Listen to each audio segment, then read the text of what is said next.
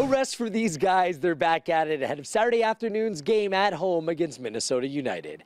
Gareth Wheeler with you. Can they make it 6?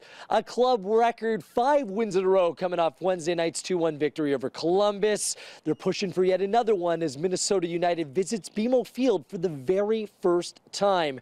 Drew Moore will not take part in Saturday's game. Did do some training on the side. He'll potentially be back for next week's trip to New York to take on the Red Bulls. No Jonathan Osorio either available tomorrow. He's out through illness, but some good news is Sebastian Giovinco back training. He has recovered from a heel injury after missing the trips to both Seattle and Columbus, and he is in contention for a start tomorrow. So will fatigue be an issue after playing 4 games in just 11 days? I asked Michael Bradley that question, and he dismissed the fact that it would be a problem. Honestly, I don't think fatigue comes into it at all. You know, I think we've managed to get some different guys on the field, and when you win, there's confidence, there's excitement, there's enthusiasm, but there's also the hunger for more. We're not looking past anything. This is a big game and a big chance for us. Minnesota arrives in Toronto on a run of good form. After conceding 24 goals in their first 7 games, they've only conceded once since. In their last 3 games, all coming at home, they picked up 2 victories, including a 2-0 win over Sporting Kansas City last week. And head coach Greg Vanney knows exactly where the threat's going to come from. Between Ramirez, who is a good goal scorer, he's scored goals at every level that he's played, and he's got off to a good start again. The addition of Dunladi into their group in the last match, I thought, brought another dynamic player who can run, who will threaten space behind. And again, he had a goal out of this, and so he gets himself into some good areas. Again, a goal scorer coming out of college. How much that translates, we'll see, but he's dynamic.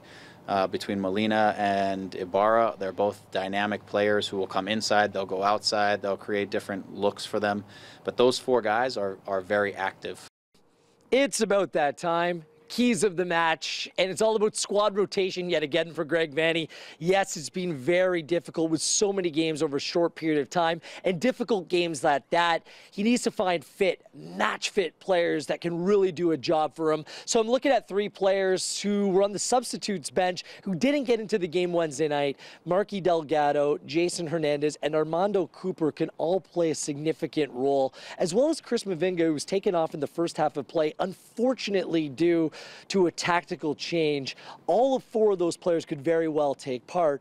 As well, you're not going to see Michael Bradley come off the field. I'm going to throw Nick Hagglund into the equation as well. Both players extremely fit. You got to be confident that they can see this very difficult 6-game stretch out with another top performance come Saturday.